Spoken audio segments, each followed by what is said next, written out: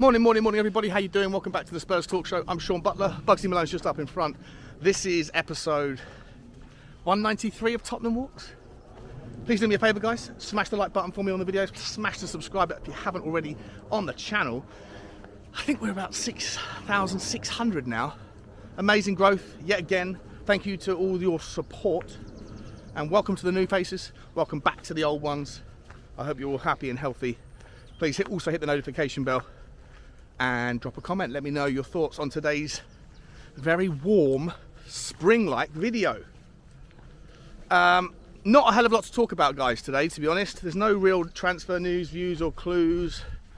There's nothing that's that imminent concerning the club, with the exception of maybe Fabio Paratici's appeal, maybe happening on Wednesday. It's unclear when I looked into it. I think it's the 19th, but we'll talk about that briefly, and then ultimately I'm just going to have to talk a little bit about what happened on Saturday and really kind of how we pivot going forward in the event of yet more potentially long-term or medium-term injuries. Let's start with Paratici. Paratici. Yeah, look, 19th is supposed to be the date when we hear from the Italian court about his appeal.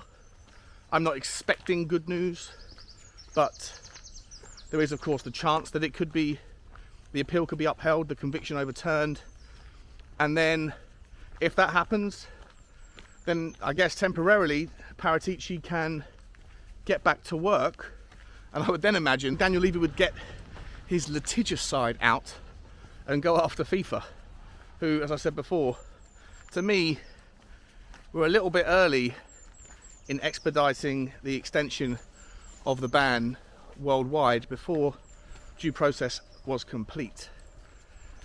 In the event that the conviction is upheld and the appeal rejected, then of course the same will happen with FIFA, I would imagine, and therefore I would imagine at that point due process is complete and the likely event would be Paratici and Tottenham parting ways on a permanent basis, I would imagine, but we will see. Of course, even if it is the conviction overturned and the appeal upheld, it doesn't mean it's the end of the problems for Paratici.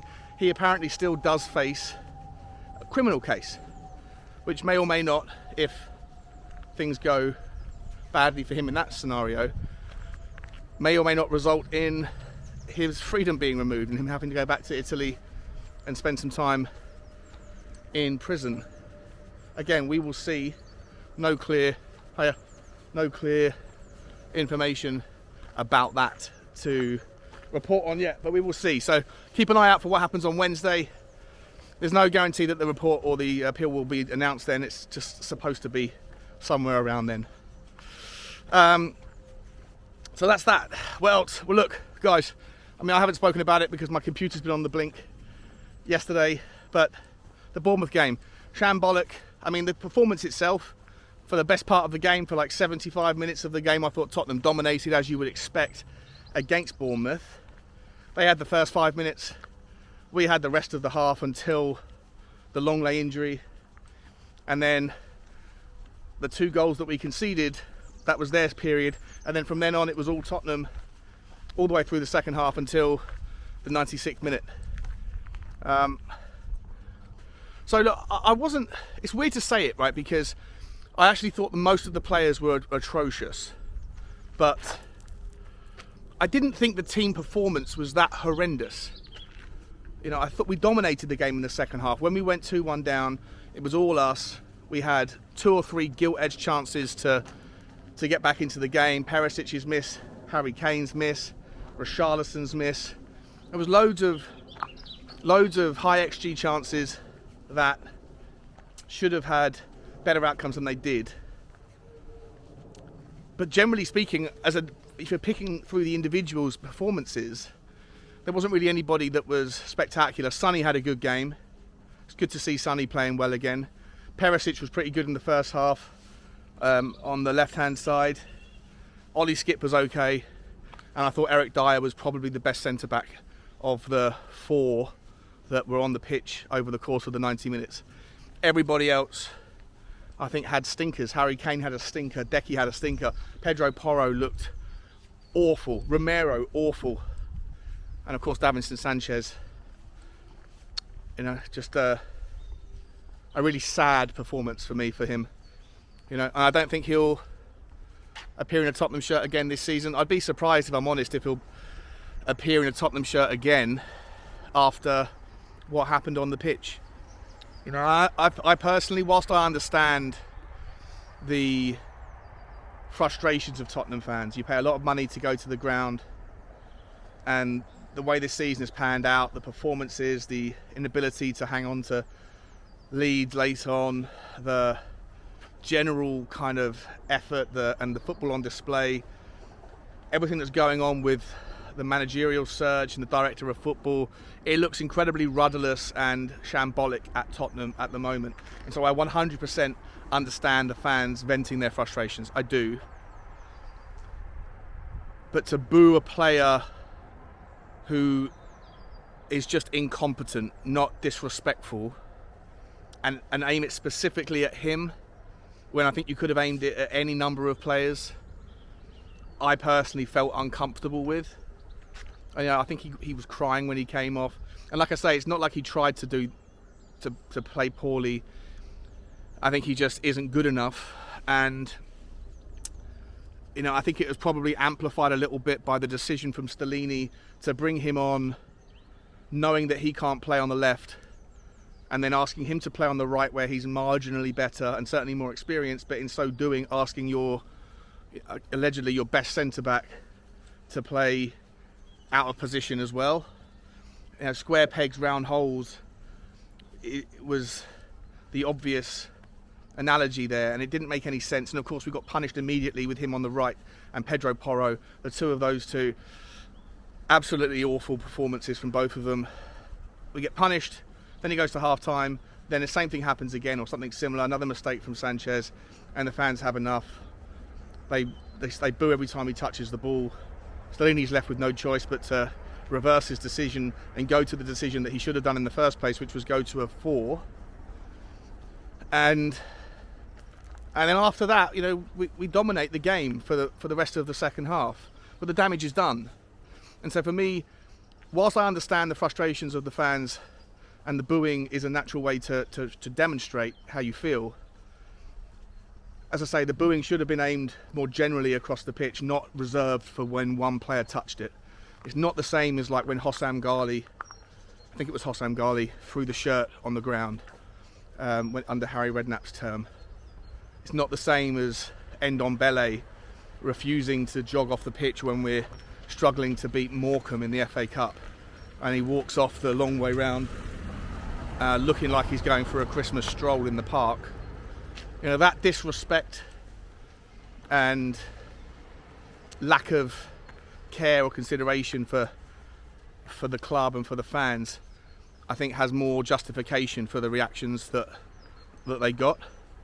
But a player trying his best but just not being good enough and being singled out, it didn't sit right with me. But like I say, it is what it is. I also think a lot of fans probably got caught up in kind of like a mob mentality thing where your frustrations roll over and they combine with everybody else's, and out of it this weird energy arises where you probably do things that you might look back on the next day and go, not my best effort, But listen, if people also feel the opposite and think, no, damn right, the guy gets paid too much money, he's useless, he could have gone on loan in January, he didn't, he cost us the game, absolutely right, I'm going to boot. Listen, I don't have a problem with that. If that's how you feel, so be it.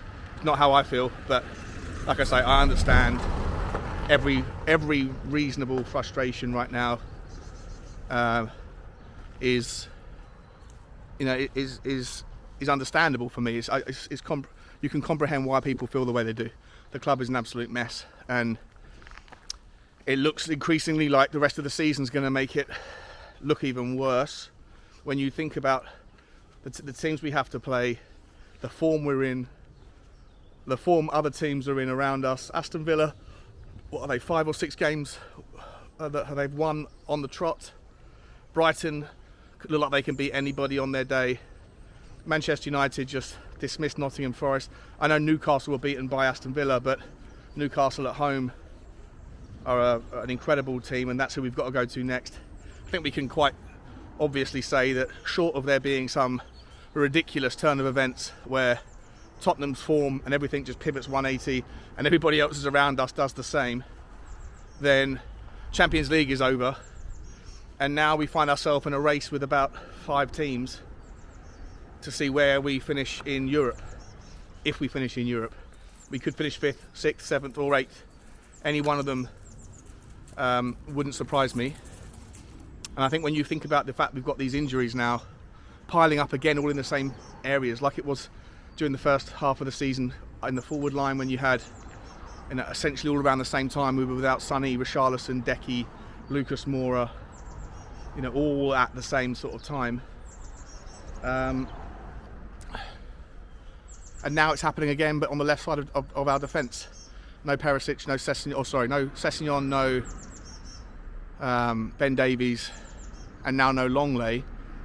Don't know how Longlay's out for. I think it's a muscle injury. He didn't walk down the tunnel for treatment. He just sat down, so hopefully it's just a strain, and he might only miss one game against Newcastle, in which, I didn't really have us down for getting much in it anyway. But in a world where he is out for a while, then I don't know where Stellini can really pivot to. If you have to play Perisic at left back or left wing back, you have to play Porro at right back or right wing back, because there's no Emerson, there's no Cess, there's no Davies. And then if you want to go to a back 4, because you can't trust Tanganga to play on the left hand side, and Sanchez won't be playing again, in my opinion, I'd be very surprised, but then you're forced to go to a back 4 that has Eric Dyer in it, and Eric Dyer can't defend in a 4. It's a real problem, and I'd even go as far as to say, and I was saying it last night on the Spurs review with Sava, that even if next season we do want to go to a back 4 and you have Udogie and Porro as your first choice fullbacks, and you bring in a classy centre half to play alongside Romero, like a Hincapia or an Indica, then you still need a monster number 6 to sit in and protect them, because of the naturally offensive players that Porro and Udogie are. You need someone like Tottenham's Casemiro, Tottenham's Rodri, Tottenham's Xhaka or Partey, Tottenham's for me personally, as I said before, I think that the 2 options that are available will cost a lot of money, but I think they're necessary. One of them is necessary, would be Palhinha from Fulham, absolutely classy player, or Manuel Ugarte from Sporting. Although he's got horrific, he has a horrific disciplinary record. I think it's the worst in Europe, but still, you need someone like that to sit in and protect, and we don't have that. So to go for the rest of the season, or for a period of it, without having your classy centre-back and having Dyer next to him, to not have Udogie but have Perisic next to him, and then you have to ask Pape Sarr or Skippy or Højbjerg to sit in, none of whom are 6s, they're all like different versions, different styles of a number 8, then it looks really bleak, doesn't it? Really, really bleak. So lots for Stellini to think about and figure out, and that's it from me, guys. I've nothing positive to say today, so I'm sorry about that, but enjoy your Monday, get out in the sun if you can, and I will see you tomorrow. Like, subscribe and comment, and as always, guys, bye bye.